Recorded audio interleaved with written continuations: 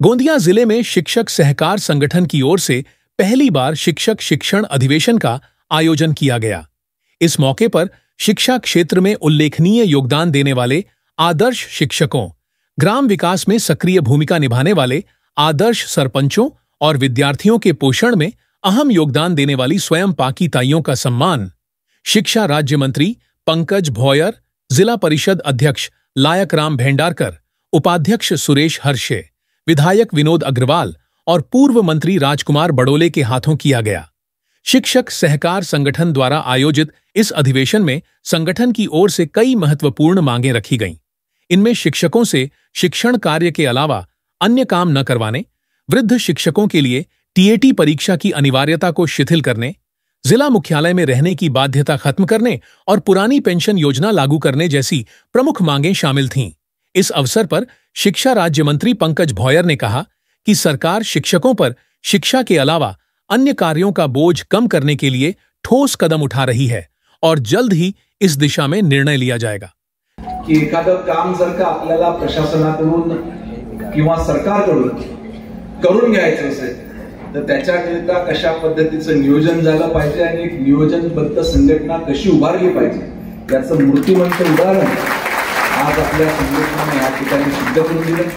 याच्याकरता मी आपलं सर्वांचं मनपूर्वक अभिनंदन करतो। आज अनेक समस्या या प्रस्तावनेच्या माध्यमातून त्या ठिकाणी आपले सन्मान्य रविभाऊ असो किंवा सुरेंद्रजी गौतम असो किंवा आपले राज्याचे अध्यक्ष सन्मान्य संतोषजी यांनी या ठिकाणी व्यक्त करून दाखवल्या। निश्चितपणे आपल्या ह्या सर्व समस्या सुटल्या पाहिजेत, कारण ह्या जर का समस्या सुटल्या नाही तर आपलं मेन उद्देश जो शिक्षणाचा आहे तो आपण साध्य करू शकणार नाही। आणि आज स्पर्धेच्या युगामध्ये आपल्याला हवी असलेली भविष्यातली मजबूत पिढी आपण त्याशिवाय घडवू शकणार नाही। आणि याच्याकरताच समाजामध्ये असलेल्या शिक्षक संघटना, त्याचे पदाधिकारी, सरकारमध्ये काम करणारे लोकप्रतिनिधी आणि लोकप्रतिनिधींच्या नेतृत्वात काम करणारं प्रशासन, या सर्वांमध्ये जर का समन्वय राहिला नाही तर त्या ठिकाणी आपण यशस्वी शिक्षण अभियान हे आपल्या राज्यात किंवा देशात त्या ठिकाणी चालवू शकणार नाही। आणि ह्याच समन्वयाकरिता मला असं वाटतं आज या ठिकाणी शिक्षक सहकार संघटना गोंदियाच्या वतीनं या संमेलनाचं आयोजन करण्यात आलं।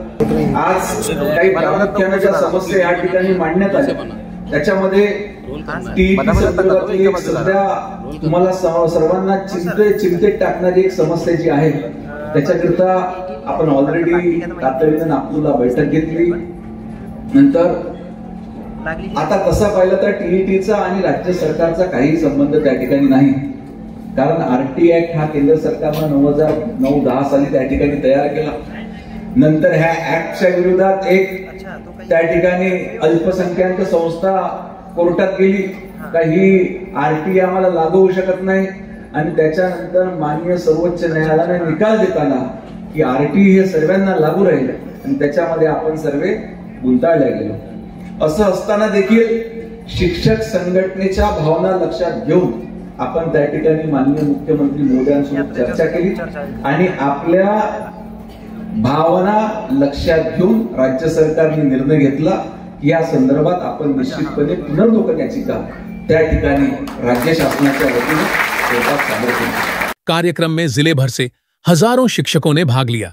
साथ ही बड़ी संख्या में स्वयं पाकी ताई और आदर्श सरपंच भी मौजूद थे। इस मौके पर जिला परिषद अध्यक्ष लायक राम भेंडारकर, उपाध्यक्ष सुरेश हर्षे, विधायक विनोद अग्रवाल और पूर्व मंत्री राजकुमार बड़ोले समेत कई मान्यवर उपस्थित रहे।